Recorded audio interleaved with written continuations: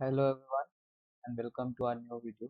In this video we are going to discuss a problem from LeetCode, that is today's daily challenge, and the problem is problem number 2053, kth distinct string in an array. तो ये problem काफ़ी simple है। इस problem में हमें क्या बोला गया है कि डिस्टिंक्ट स्ट्रिंग कौन सी स्ट्रिंग होगी जो कि एरे में सिर्फ एक बार प्रेजेंट होगी। After that what is given to us, we are given n strings array, n integer k, we have to return the kth distinct string present in the array, and if the number of distinct strings is less than k, then we have to return an empty string. इसका मतलब क्या हुआ? It's quite simple. For example, let's take an example. Example है, for example, हमें एक array given है a b c d and once again हमारे पास है b. अब हमसे कोई बोलता है ये हमारे पास एक array of strings given है, ठीक है, all these are strings. अब सिंस हमारे पास ये एरे है, हमसे अगर बोले फर्स्ट डिस्टिंक्ट स्ट्रिंग बताओ, तो हमें क्या करना पड़ेगा? सबसे पहले चेक करना पड़ेगा कौन कौन सी स्ट्रिंग डिस्टिंक्ट है। क्या ए सिर्फ एक ही बार आ रहा है? हाँ, इस पूरे एरे में ए एक ही बार आ रहा है, तो इसको मान सकते हैं डिस्टिंक्ट सब स्ट्रिंग, डिस्टिंक्ट स्ट्रिंग। क्या बी एक बार आ रहा है? नहीं, बी एक बार यहाँ पे आ रहा है, सिमिलरली बी यहाँ पे आ रहा है, तो it is not a distinct substring.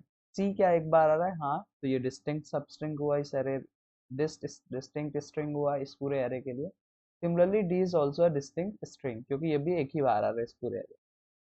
After that हमसे अगर क्या बोला है, फर्स्ट डिस्टिंक्ट सबस्ट्रिंग सब स्ट्रिंग बताओ, तो फर्स्ट डिस्टिंक्ट स्ट्रिंग कौन सी होगी? ए होगा। सेकेंड डिस्टिंक्ट स्ट्रिंग कौन सी होगी? सी होगा।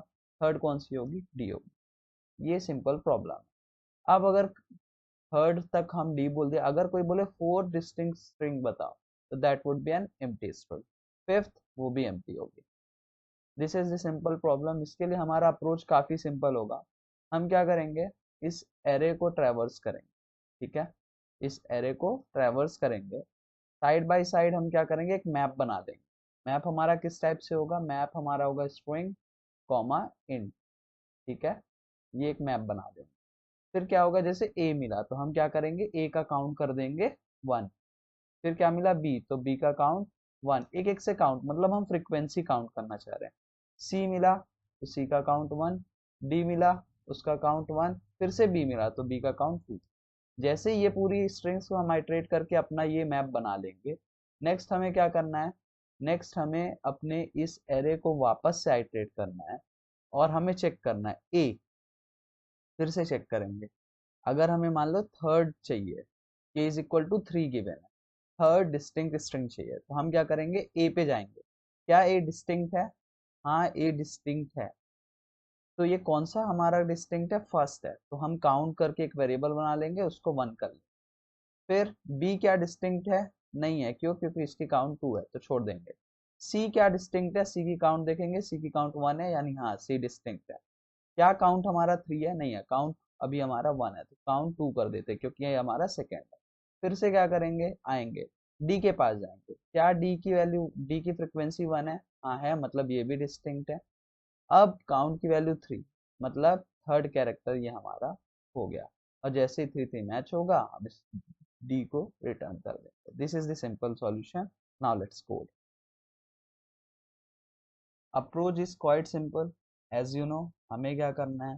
सबसे पहले हमें एक मैप बनाना है, ठीक है, map of type string comma int, ठीक है, एक मैप बना लेंगे। फाइनल एमपी, उसको नाम दे देते हैं, या फिर frequency, whatever you wish to. इस मैप को बनाने के बाद हम क्या करेंगे? हमें अपनी इस लिस्ट को आइटरेट करना और सबका काउंट बढ़ाना। तो for auto I T of we will iterate this list, that is A R R, और हम क्या करेंगे? फ्रिक्वेंसी ऑफ आई टी को हर बार 1 से बढ़ाते। जैसे ये दोनों लाइन हमारी कंप्लीट होगी, हमारे पास हमारा मैप आ जाएगा। फिर हम क्या करेंगे? काउंट नाम का वेरिएबल बना लेंगे, जो कि हमारा काउंट करेगा कि अभी तक कितनी डिस्टिंक्ट सबस्ट्रिंग आ चुकी है। फिर हम क्या करेंगे? फिर से इस पूरे फ्रिक्वेंसी को आइटरेट करेंगे। For auto I T of A R R, फिर से हम इस पूरे एरे को आइटरेट करेंगे और हम क्या करेंगे? अगर हमारा इफ, जो भी हमारा फ्रिक्वेंसी ऑफ आई टी है, अगर ये बाई एनी वे 1 है मतलब ये क्या हो जाएगा, डिस्टिंक्ट स्ट्रिंग हो जाएगा। तो हम काउंट को क्या कर देंगे, बढ़ा देंगे, काउंट प्लस। और काउंट प्लस प्लस करने के बाद अगर हमारा जो काउंट है वो at any point of time अगर के इक्वल हो जाता है तो हम क्या करेंगे, हम रिटर्न कर देंगे हमारे इस आईटी को, यानी जो भी हमारी स्ट्रिंग हो।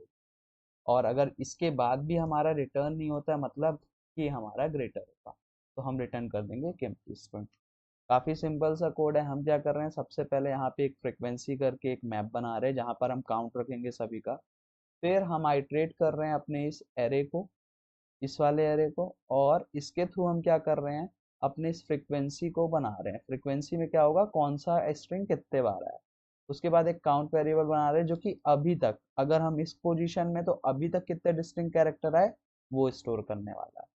अब अगर फ्रीक्वेंसी ऑफ आई टी 1 हो जाए तो आई टी क्या होगा, बेसिकली ये सभी स्ट्रिंग्स एक एक करते हैं। सबसे पहले मान लो डी आएगा तो हम चेक करेंगे डी कितनी बार आया, डी हमारा एक ही बार आया, तो हम क्या करेंगे, काउंट प्लस प्लस कर लेंगे। और अगर किसी भी पॉइंट पे जो हमारा काउंट है वो हमारा के इक्वल हो जाता है, यानी वही हमें रिटर्न करना है, तो हम उस आई टी को रिटर्न कर दें। वरना ये सब करने के बाद भी अगर रिटर्न नहीं होता तो हम एम्प्टी स्ट्रिंग रिटर्न कर दें। लेट्स सबमिट एंड चेक क्या हमारे सभी टेस्ट केसेस पास हो रहे हैं।